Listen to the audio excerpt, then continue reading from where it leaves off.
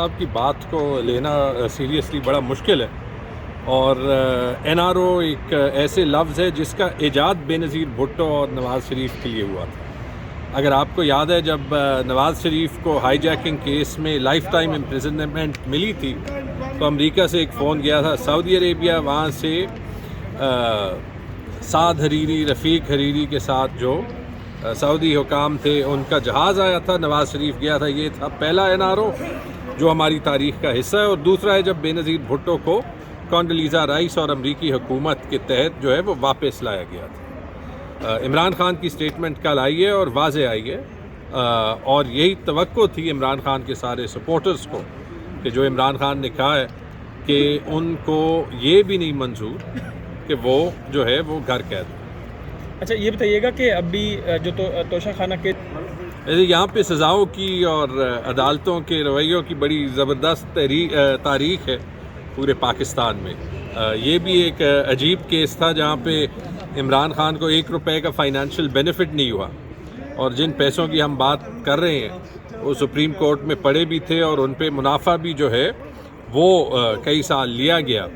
لیکن جب یہ کیس ختم ہوا ہے تو جتنے بھی پرو گورنمنٹ یا پرو اسٹیبلشمنٹ کمنٹیٹرز ہیں وہ پہلے سے یہ ورڈکٹ بھی دے رہے ہیں کہ سزا سنائی دے رہی ہے، اور کیس جس دن کو اناؤنس ہونا تھا اسی سے 2 دن پہلے انہوں نے یہ بھی کہہ دیا کہ وہ کیس آج نہیں بعد میں اناؤنس ہوگا۔ تو یہ آپ کو بتاتا ہے کہ پاکستان کے عدالتی نظام کا حال کیا ہے۔ آخری بتا دیں کہ ابھی جو انشاءاللہ 2025 عمران خان کا سال ہوگا۔ امریکہ کی جس طرح کہا جا رہا ہے کہ حکومت بیانیہ بنا رہی ہے کہ کل کو کہتے تھے امریکہ نے حکومت کرائی، آج امریکہ سے مدد نہیں مانگ رہے، تو وہ رہائی امریکہ کی مدد سے ہوگی یا خود ہی ہو جائے گی؟ دیکھیے، یہ میں سمپلی آپ کو سمجھا دوں، اگر عمران خان وہ وزیر اعظم نہیں ہوتے جو ایک آزاد فارن پالیسی کے لیے کھڑے ہوتے تو پوری دنیا 9 اپریل 2022 کے بعد عمران خان کو بہت پہلے سپورٹ کرتی۔ پوری دنیا جو ہے وہ جو 8 فروری کے الیکشنز ہوئے ہیں، یا جو پاکستان میں ہیومن رائٹس ابیوزز ہوئے ہیں، یا جو عدالتی نظام پہ حملہ ہوا ہے، بڑی تیز آواز اٹھاتی ہے۔ دنیا کو ایک انڈیپینڈنٹ پاکستان نہیں چاہیے۔ جہاں تک عمران خان کی موومنٹ کی بات ہے، عمران خان کی موومنٹ جو ہے وہ پاکستان کی موومنٹ ہے، اس کا کسی اور ملک سے تعلق نہیں ہے۔ جہاں تک اس کی بات لوگ کرتے ہیں کہ جو ہماری پاکستانی ڈائسپرا ہے امریکہ میں، برطانیہ میں، باقی ممالک میں، اگر وہ عمران خان کے لیے آواز اٹھاتی ہے، اچھا اٹھاتی ہے، اس میں کون سی برائی ہے؟ جو وہاں پہ رہ کے پاکستان کے شہری ہیں ان کو بھی یہ حق ہے، اور جو وہاں پہ رہ کے یا ڈوئل نیشنلز ہیں ان کو بھی یہ حق ہے۔ اور یہ بھی دیکھ لیں کہ جو عمران خان کے لیے آوازیں اٹھی ہیں وہ حکومتوں سے نہیں اٹھی، وہ پارلیمنٹ سے اٹھی، جو کہ کسٹوڈینز آف ڈیموکریسی ہوتے ہیں۔ اچھا، ایک اور بتا دیں کہ یہ پچھلے دنوں سے جو بیانیہ چل رہا ہے کہ خیبر پختونخوا میں طالبان سے مذاکرات کے ذریعے کہا گیا کہ عمران خان ان کو واپس لے کے آئے، تو آپ بھی اس وقت عمران خان کی حکومت کا حصہ تھے، تو یہ کس کا فالٹ تھا، اور کیا طالبان سے مذاکرات کیے گئے تھے؟ اور دوبارہ یہ تیمور صاحب اس کے ساتھ ایک اور ایڈ کر لیں، پارا شنال کا مسئلہ بہت بڑا مسئلہ بنا ہوا ہے اس ٹائم، اور پورے ملک میں احتجاج جاری ہے۔ مطالبہ نہ ماننے کی صورت میں انہوں نے پورے پاکستان میں احتجاج کی کال دی ہے، تو ابھی تک جو ہے خیبر پختونخوا کی حکومت نے اس پہ کیا اقدامات کیے؟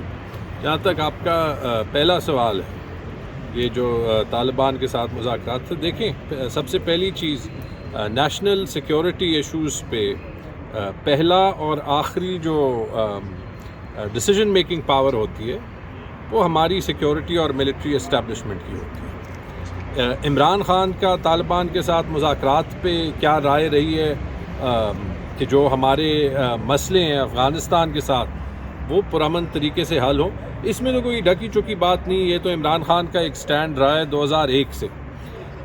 لیکن یہ جو حالات تھے اس میں جو فیکٹس آن ریکارڈ ہیں، سب سے پہلے تو خان صاحب نے خود جو کہا کہ ان کی ایک انٹرنل میٹنگ ہوئی تھی جس میں جنرل باجوہ نے ان کو پریزنٹیشن دی تھی، اور پھر اس کے بعد ایک پارلیمنٹ میں سیشن ہوا تھا، اور یہ میرے خیال میں نومبر 2021 کی بات ہے۔ لیکن اور اس میں تو میں موجود نہیں تھا کیونکہ میں صوبائی پارلیمنٹ کا حصہ تھا، لیکن یہ مجھے یاد ہے کہ یہ تو پورا پروسیس سٹارٹ ہی نہیں ہوا تھا جب تک خان صاحب کی حکومت نہیں گئی تھی، اور جون اور جولائی 2022 میں یہ پروسیس جو ہے وہ پی ڈی ایم کی حکومت کے نیچے سٹارٹ ہوا، 22 جون 2022 کو رانا ثناءاللہ کی پریس کانفرنس موجود ہے. 7 جولائی کو ان کا ٹویٹ موجود ہے کہ یہ حکومت اون کرتی ہے اور یہ ایک یونانیمس ڈیسیجن ہے پارلیمنٹ کا. اب اس پہ کوئی بھی فریق جو ہے، چاہے وہ حکومت ہو چاہے وہ DGISPR ہو، اس کا ملبہ اگر عمران خان پہ ڈالیں تو میرے خیال میں یہ تاریخ کے ساتھ اور حقائق کے ساتھ زیادتی کر رہے ہیں. اور میرے خیال میں اس سے تو یہ بھی ایک سوال پیدا ہوتا ہے کہ کیا جو ہے ہمارا جو ISPR بھی ہے وہ اپنے پریڈیسیسرز کے فیصلے کو انڈیویجول فیصلے لیتا ہے یا انسٹیٹیوشنل فیصلے لیتا ہے؟ کیونکہ اگر انسٹیٹیوشنل فیصلے ہیں یہ تو اس میں آبویسلی حکومت، اپوزیشن اور ملٹری اسٹیبلشمنٹ تینوں انوالو تھے. اور اگر یہ کوئی انڈیویجول فیصلے تھے تو پھر ان کو ان کی جو ہے وہ تحقیق کرنی چاہیے. تو میرے خیال میں یہ بڑا افسوسناک ہے کہ اس کے ساتھ جو ہے وہ سیاست کھیلی گئی. حکومت سے توقع تھی، ISPR کے پریس کانفرنس میں بھی کھیلی گئی.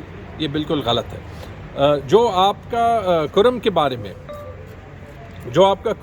میں سوال تھا، یہ واقعی ایک بڑا سینسٹیو معاملہ ہے اور جتنا جلدی حل ہو جائے وہ اچھا ہے. اس پہ آبویسلی صوبائی حکومت کی ایفرٹ رہی ہے، پہلے دن سے رہی ہے. کیا رہی ہے وہ آپ کو ایگزیکٹلی ان سے پوچھنا پڑے گا. کیا یہ سوال جائز ہے کہ وہ اور کر سکتے تھے یا کم کر سکتے تھے؟ یہ سوال صوبائی حکومت سے بھی جائز ہے اور وفاقی حکومت سے بھی جائز ہے. یہ ضرور کہنا ہے کہ صوبائی حکومت کی ایفرٹ تو سامنے ہے، اور آج جو ہے وہ کوہاٹ کمشنر کے گھر پہ اس پہ گرینڈ جرگہ بھی ہے امن قائم کرنے کی کوشش میں. یہ آپ ریکارڈ نکال کے دکھا لیں کہ سوائے سیاست کرنے کے لیے وفاقی حکومت نے اس پہ کیا کیا.